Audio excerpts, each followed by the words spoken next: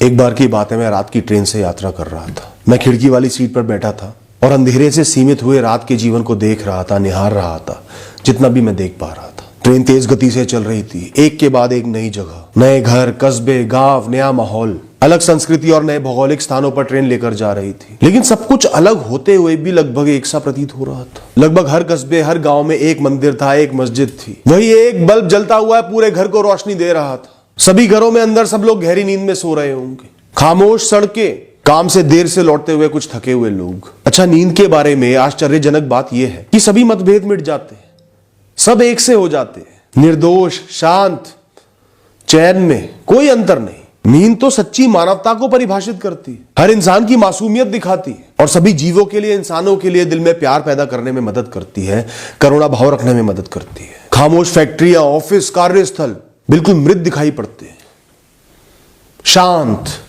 लेकिन सुबह फिर से रोशन हो जाएंगे, फिर पूरे दिन शोर और आवाजों से भरे रहेंगे। दोस्तों, आश्चर्य की बात तो यह भी है कि जगह बदलती जा रही है पर चांद और सितारे तो वही हैं। सब जगह एक है, आकाश सब जगह एक सा ही है। इसी तरह हर व्यक्ति के जीवन में तनाव के मामले सतही तौर पर अलग अलग हो सकते हैं, पर दूर से देखने पर सबका जीवन लगभग एक जैसा ही प्रतीत होता है। किसी भी व्यक्ति को किसी और व्यक्ति के स्थान पर रख दो तो जीवन लगभग समान ही है। फिर भी हम एक मजबूत और ऊंची व्यक्तिगत पहचान बनाने में लगे रहते हैं, उस बुलबुले में बने रहते हैं, मैं। और फिर ये अहंकार का युद्ध पूरे जीवन लड़ने के बाद अस्पताल के एक बिस्तर पर खत्म हो जाता है, जहां हमें सिर्फ गंभीर रोगी बोला जाता है, नाम तक नहीं जानते लोग, फिर बाद में शरीर बोलकर हटा दिया जाता है। उन एक जैसे बदलते गांवों, बदलते लोगों, बदलते जीवन की तरह, हर बदलते गांव में उस एक ही आकाश की तरह सब जीवों का भाग्य एक ही है।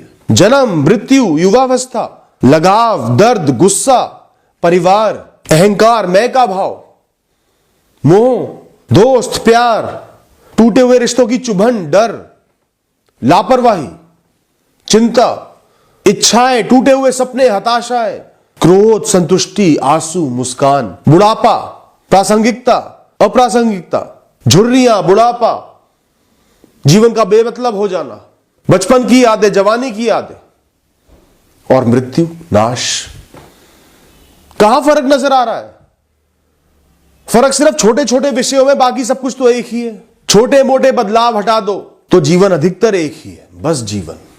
रंगों से भरी इस दुनिया में, इस रंगमंच में, इस खेल के मैदान में आना है, उतरना है और खेलना है। जन्म, मृत्यु और समान मोड़ों वाली एक यात्रा है जिसे हमें अपने कर्मों से सजाना है। चारों ओर घिरा हुआ अंधेरा मंत्र मुक्त कर देने वाला और आरामदायक था।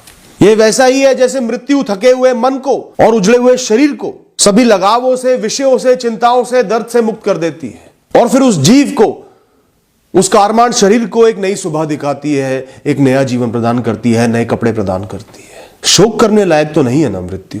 विशाल खेतों के बीच में वो अकेली छोटी सी झोपड़ी मजबूर और अकेली नहीं दिख रही, बल्कि अकेली चमक रही है, उसकी पहचान उभर कर आ रही है। अकेलापन उतना भी बुरा नहीं है दोस्तों, ये किसी भी व्यक्ति के व्यक्तित्व को उजागर करता है, उसकी पहचान बनाता है, उसको खुद से जोड़ता है, उसे भीड़ में खोए रहने से खींचकर आत्म जागरूकता की ओर लेकर जाता है, जीवन की गहराइयों के दर्शन कराता है। गुजरने वाले स्टेशन, बड़े बड़े स्टेशन, बड़े बड़े शहरों के स्टेशन, जंक्शन मुझे जीवन के बड़े बड़े बिंदुओं की याद दिलाते हैं, जिनका हम बेसब्री से इंतजार करते हैं। हालांकि वे आते हैं और बिना कोई बहुत बड़ा प्रभाव पैदा करे चले जाते हैं, गुजर जाते हैं।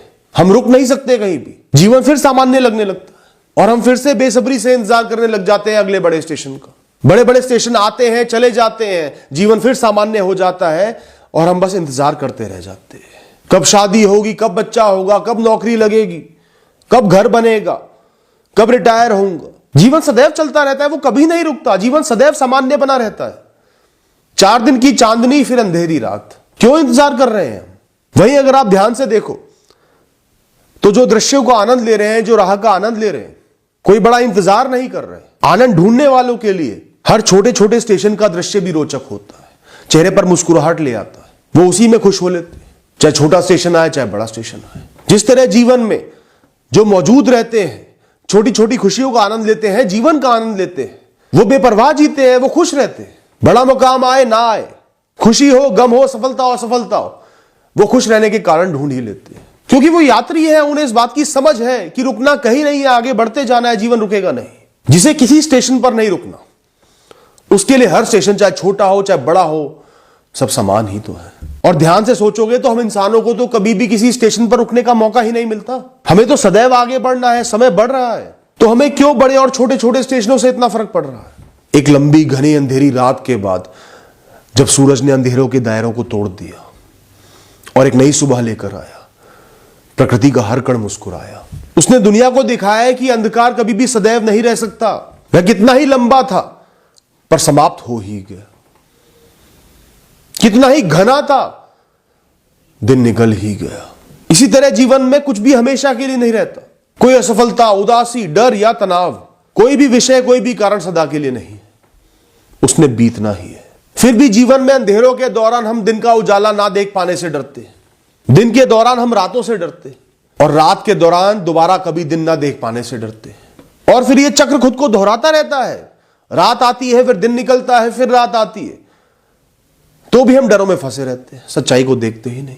क्या वाकई में मानवता मूर्ख, कमजोर और विरोधाभासी विचारों के बारे में?